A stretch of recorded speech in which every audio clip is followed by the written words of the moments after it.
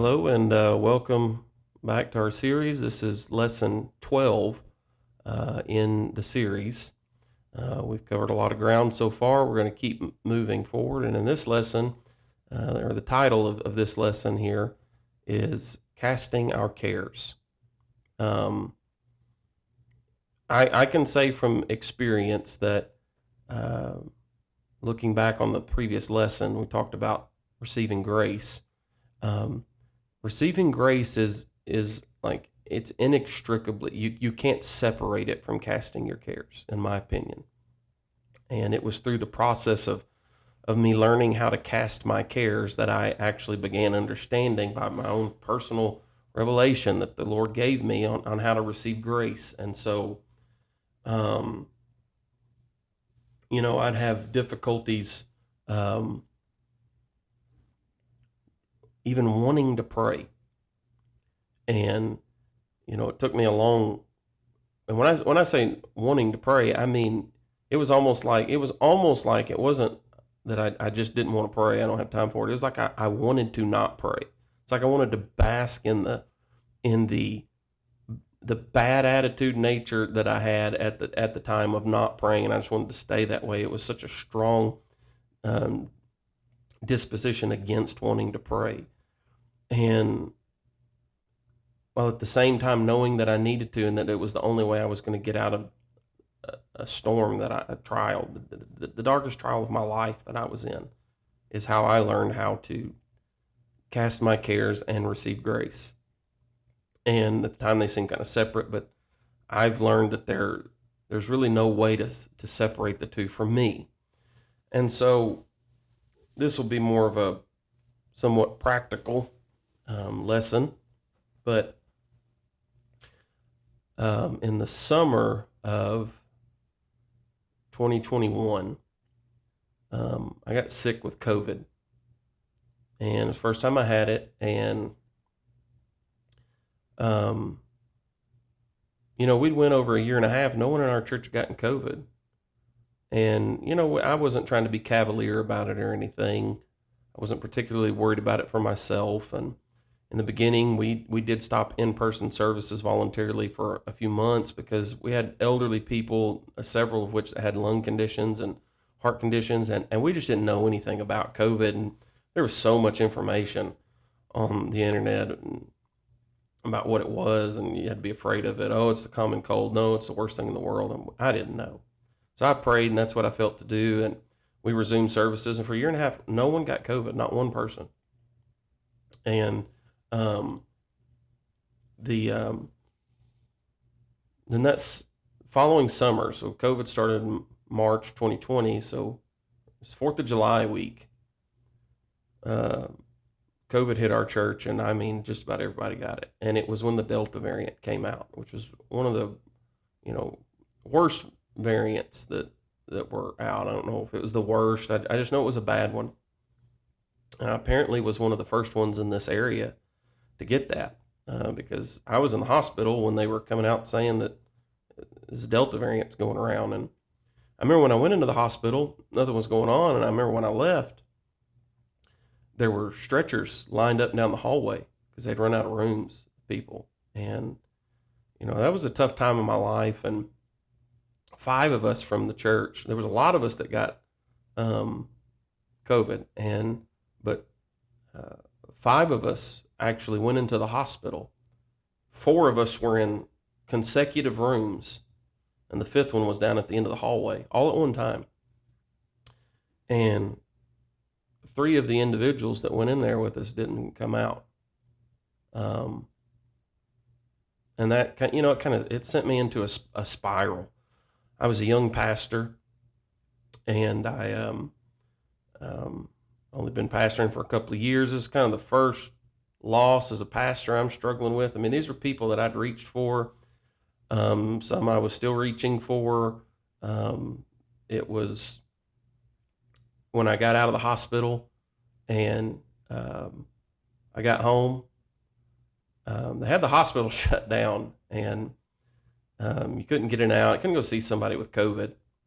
And when they let me out and I went home, those other people were sure in the hospital. So I stayed at home for a day, and then the next day I changed in my got my I got dressed like if I'd going to work or something, and I went to the hospital. They let you in the ER, and because I'm a pastor and I have to go to the hospital and pray for people a lot, I have learned how to navigate that hospital pretty well, and I've learned a few things, and so I managed to sneak my way up to the ICU and the COVID wing, and I figured, I've already had it and I'm over it, so I can't get it again.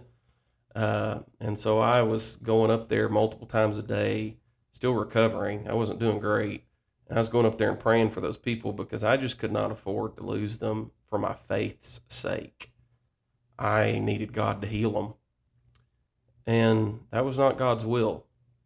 And that sent me down a dark path.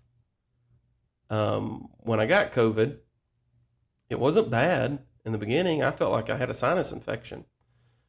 But after about 5 or 6 days, this fatigue set in. An unreal fatigue that I cannot describe. Never felt anything like it. And I had a headache that you could not take a big enough aspirin to get rid of. There was nothing that would touch it. I never had headaches like that in my life. And when that fatigue set in, it was the oddest thing because I was so exhausted and all I wanted to do was sleep, but I would lay down and I would only sleep for about 30 minutes and I'd wake up and I would lay there so tired and miserable, but I couldn't sleep. It was the weirdest thing. And that went on for about a week. So I'd had COVID for about 10 days to 12 days when I woke up one day and all of a sudden it wasn't just the fatigue and feeling bad and not sleeping. I woke up and my oxygen had plummeted and it was down to like 68. My mother was living with us at the time. She had just relocated from Arkansas and she was in the process of buying a house. But she was staying with us while she was doing that. And she's a nurse and she had an oximeter. I think that's what it's called, oximeter. I can't remember. Checks your oxygen and mine was low. It had been running about 97, 98 the whole time. And that morning I woke up and it was 68. And I tried to get up and walk and I about passed out. And they called the ambulance, sent me to the hospital. And so when I got in the hospital, there was one night there where they gave me some medication and I slept through the night. So in about a 12-day period, I had one full night of sleep. And then when I got out of the hospital, I slept good, I think, the first night I got home because I was so happy to be home. But then I spent the next 2 days worrying about those people in the hospital, and I was going home praying, and I'd stay up worrying about them because things weren't looking good, and the enemy was beating my brains in, and then they ended up passing, and I just couldn't handle it. I was physically, emotionally, and spiritually exhausted, and it broke me. And I'll never forget when the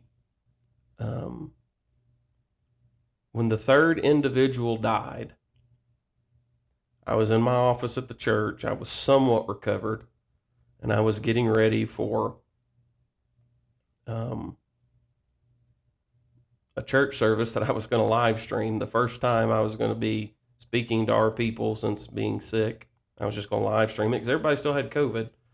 And I got the call, come see them.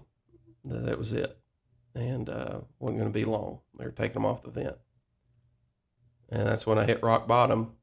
And I told the Lord I was quitting and I was done and he could have it and other things. And he dealt with me about that, and that's a subject for another time. But I spent the next 5 days not sleeping after that. Now, I don't mean trouble sleeping. I mean, I didn't sleep. I said 5 days. The next 3.5 days. Went like 88 hours. I added it up. No sleep. Zero. I was already exhausted, physically exhausted, emotionally and spiritually exhausted. And I went, nearly 4 days without sleep. Not at all. And by the end of it, I was distraught, was having panic attacks, was exhausted, and thank God for my wife calling my bishop, getting him on the phone, and, I've told parts of this story before. I'll tell it now. He got on the phone and with me, and he very literally told me to stop what I was doing and to go to sleep. And it was the weirdest thing. This is the value of submission. I don't have time to get on this, but I just spent 4 days trying to sleep and did not sleep, not 1 second of those days. And he got on the phone and said, go to sleep. And I laid down and I went to sleep. Some people call that odd. I call it something else. When I got up, he started talking to me about what I was going through. And he told me that I was to go to the church and I was to pray to learn how to cast my cares, and that I wasn't going to leave the church till I called him. And I guess I'd learned what I needed to learn. Well, it didn't happen quite that easily. But all I knew to do was take his direction in this time, and this was the darkest trial of my life. Literally, to this day, I've never went through anything like that. I didn't know how to cast my cares. And I went to the church and literally I prayed the exact words that Bishop told me to pray, my understanding of them. And I sat on the altar and I said, Lord, I'm casting my cares to you right now, and by your grace, I'm not going to pick them up and try to carry them again. That's all I knew how to pray. And I'd go on and tell him, I don't know how to do this. I don't know how to let go. I don't know how to cast these. I don't even know what it means. Bishop talks about it all the time. I've heard others talk about it. I don't know how to do this at all. And as I said, this is also the process that I learned how to receive grace. I had to have his grace to have the desire to cast these, and his grace enabled me to cast those cares that I was going through. But I started at that point. I don't know how to do this, God. You've got to teach me. So I'm casting my cares. And I've learned some things about that since then. For instance, if you still care, you haven't cast them. I know that sounds just ridiculous. But so long as you're feeling anxiety and pressure, you have not cast anything. That's what I was in that spiral. I had so much anxiety and pressure to perform and to excel and to meet the expectations of other people and my own expectations, none that came from God, pressing down on me, and it put me in a position where the enemy had me exactly where he wanted me, and he used the tool of exhaustion, which I have learned now is the primary way that God fights me. The primary way that the enemy fights me is through sleep. He gets me exhausted. Don't have time to go into all that, but I was so bogged down with all that pressure. And that was one of the first things I had to learn about casting cares, that as long as I still feel that pressure and anxiety, I'm not casting them. I haven't let them go. Let me try and help you some with some of this, and to make sure you understand this is tied to us dealing with sin. Because as we've already established, I can't deal with the issue of sin by laying it down, like that bad hammer that I do bad things with. I can't do it by not sinning anymore. So I have to yield to God, and I have to allow him to work in me, will and do of his good pleasure. We are never going to allow God to do that, to work in us. We're never going to stop working to fix it so long as we care, so long as we have anxiety about it, so long as we are pressured by it, and we feel the pressure of expectation mounting and building upon us. 1 Peter chapter 5, verses 5 through 11 say this: Likewise, ye younger, submit yourselves unto the elder. Yea, all of you be subject one to another, and be clothed with humility, for God resisteth the proud, and giveth grace to the humble. Humble yourselves, therefore, under the mighty hand of God, that he may exalt you in due time, casting all your care upon him, for he careth for you. Be sober, be vigilant, because your adversary the devil is a roaring lion, walketh about seeking whom he may devour. Whom resist steadfast in the faith, knowing that the same afflictions are accomplished in your brethren that are in the world, but the God of all grace, who hath called us unto his eternal glory by Christ Jesus, after that ye have suffered a while, make you perfect, establish, strengthen, settle you. To him be glory and dominion forever and ever. Amen. So care that we're supposed to cast, anxiety, worry, distress about a current situation, circumstances, it's nothing more than pride. That's what it is. So maybe, adjusting your view of it in that way might help you some, but, in the context of casting cares, the Lord, through Peter, makes these statements. Humble yourselves under the mighty hand of God. What is the opposite of humility? Pride. And he gives grace to the humble, which is what you need, but he resists the proud. He considers not casting our cares pride. How so? Well, let's just look back on all the stuff that we've covered. Me caring is me doing the work, me holding on. My own works, my own self-righteousness, my own labor. The key word in all of that is my own. When he's not in control, he considers that pride. When we humble ourselves, that's when we give him control. That's when we cast. That's when we let go. It is when we don't cast, I guess I'll say it this way, when we don't cast our cares, we are not humbling ourselves under the mighty hand of God, and that precludes us from receiving grace. It's the principles we should take from those verses.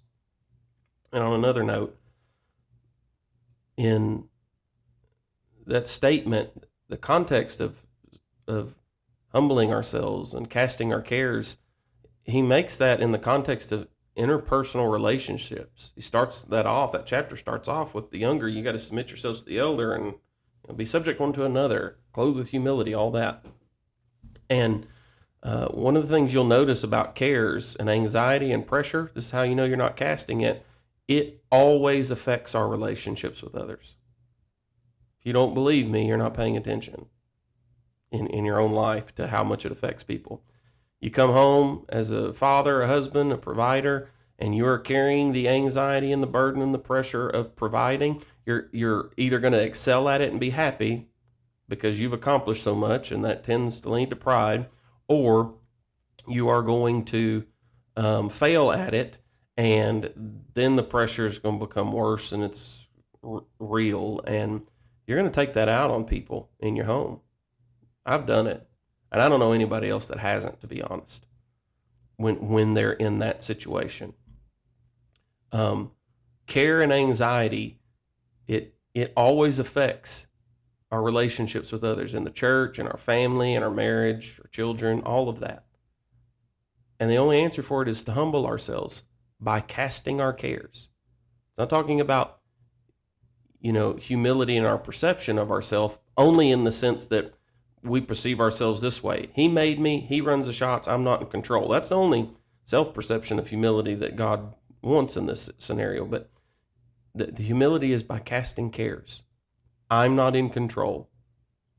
When I'm in control, God considers that me being prideful, that I know better than him. When he's in control, that's humility. And he can't be in control unless I give him control, unless I cast it. Now, the word care there in those verses is merimna in the Greek, and it is literally defined as anxiety or care that brings disruption to the personality and the mind. It is a distraction or concern that divides one's attention. Incredible definition. Cares and anxieties distract you from having a singular focused attention on the Lord and his grace. It divides your attention. It distracts you from that. And the Greek word in the cultural context, it reflects the human tendency. This is coming out of, I think, Helps Word Studies. I think I got it off Bible Hub. This is just from a Greek lexicon, essentially. It reflects the human tendency to be preoccupied with life's challenges, and that leads to a divided focus and a lack of peace. You got no peace when you have cares. None. You won't have peace in your spirit. You won't have peace in your individual life. You won't have peace in your marriage. You won't have peace in your home. You will not have it. Why? Because your focus is divided. You're not focused on God and His grace and your need for it. You're not acknowledging it. You're not becoming aware of it. You're not learning how to activate it. You're carrying these burdens He didn't ask you to carry because He told you to leave yours and to join Him in His and let Him carry the burden.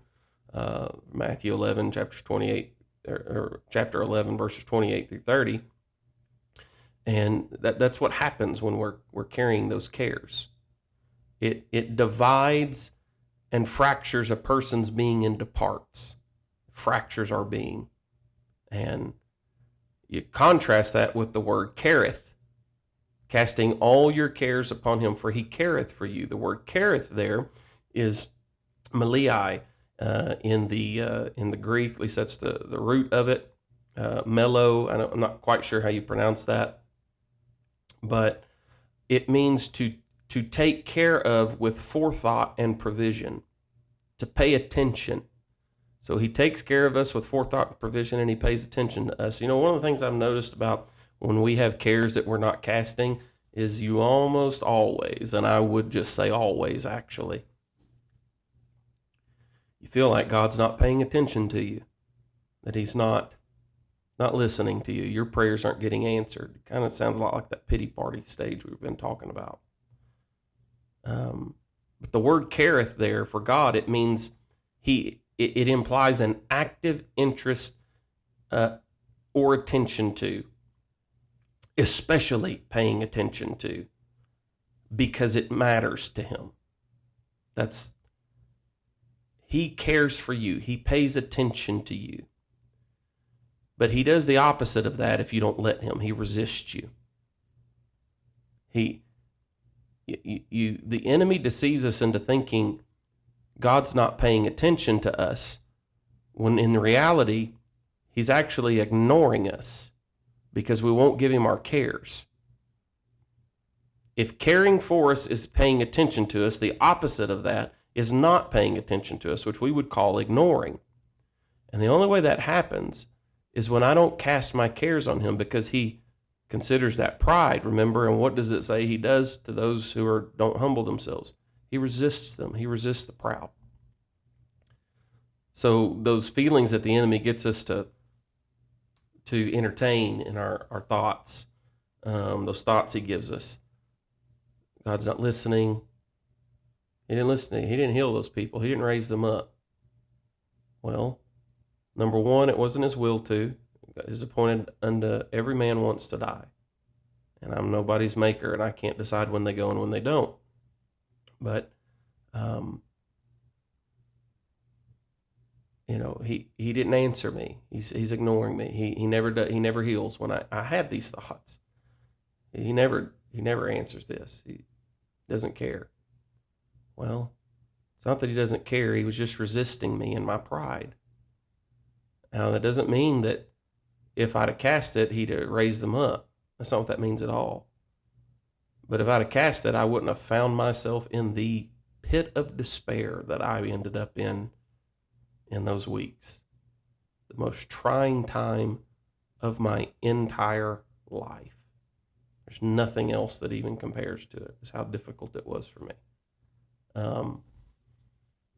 Let me read 1 Peter chapter 5, verses 6 and 7 to you in the literal version. Then be humbled under the mighty hand of God, that He may exalt you in time, casting all your anxiety unto Him, because it matters to Him concerning you. He really does care. But He won't care if you don't let Him. He'll resist you. He'll push against you. And the way He pushes against you is He just lets you keep going in the cycle of burden and anxiety and caring until you finally just give up and come to the end of yourself. And He'll give you another shot at realizing that I need to stop carrying stuff that He did not ask me or tell me to carry. The reason why I felt to order these lessons this way, as I said, receiving grace and casting our cares, they are they're mutually exclusive to one another. If a mutually exclusive statement is a if-then statement. If I cast my cares, then I can receive grace. If I don't cast my cares, then I can't receive grace. That's how that works. You can't separate them. They're linked. God does not allocate grace to the proud, and he will continue to resist our very best efforts. And how does this apply to this lesson? Because our very best efforts to atone for our sin and stop sinning are only being resisted by God because we won't humble ourselves and receive grace. I mean, I think part of just on the more, without making it overly complicated, we spend more time trying not to sin than we do searching out and seeking grace. And that might be a clear indicator of the fact that we're not acknowledging how much we need his grace in this endeavor. I wish if I could right now tear down one stronghold of a misconception, the Pentecostal movement right now, it would be that our diminishing of the value and nature of grace and how much we need it. We can't make it without it. And casting our cares allows us to do that. He gives grace to the humble. The humble cast their cares. And when you have grace, then you can really deal with sin. Because he's doing it. It's not my own efforts. It's not my own ability, my own strength, my own power. We have to come to the end of ourselves. I had a nickel for every time I heard Bishop Wright talk to me about either directly or through teaching videos or what have you, that we have to come to the end of ourselves. It's probably the most prominent theme of this entire series. Coming to the end of self. Coming to the end of self. I had to hit rock bottom. Literally. I was this close. I'd already made plans and put them in motion to resign. I was so distraught. At least in my mind, I'd made those plans. And I couldn't do it anymore. I had to get to that point to realize this. Now, I'm praying and hoping you don't have to get to that point. That you can, because I do believe you can seek grace and ask him about it, and he'll tell you and he'll teach you, and you'll learn, and you'll go through trials, tribulations. It won't be easy. But man, it's very worth it. It certainly is worth it. There's a song that I sing a lot in prayer. My kids hear me sing it, and Zeke, he'll sing it sometimes. I have no clue what it does to me when I hear him sing it. He don't even know the words. He just repeats one of the lines over and over and over and over again. Grace, grace, God's grace. Grace that will pardon and cleanse within. Grace, grace, God's grace. Grace that is greater than all of our sin. Start casting your cares, you can receive grace, and grace will work in you, both to will and to do of his good pleasure, and to be free from sin. It'll work. Father, by your grace and in your name, work in me to surrender my will to you in this area. Help me to lay down every care. Forgive me of my pride. Give me the grace to humble myself. I want to cast my cares to you. I want to set them down. I don't want to pick them back up. I don't want to carry a burden you didn't ask me to carry. And I pray by your grace, I am going to be totally dependent upon you in every area of my life. In Jesus' name. God bless you. We will see you in the next lesson.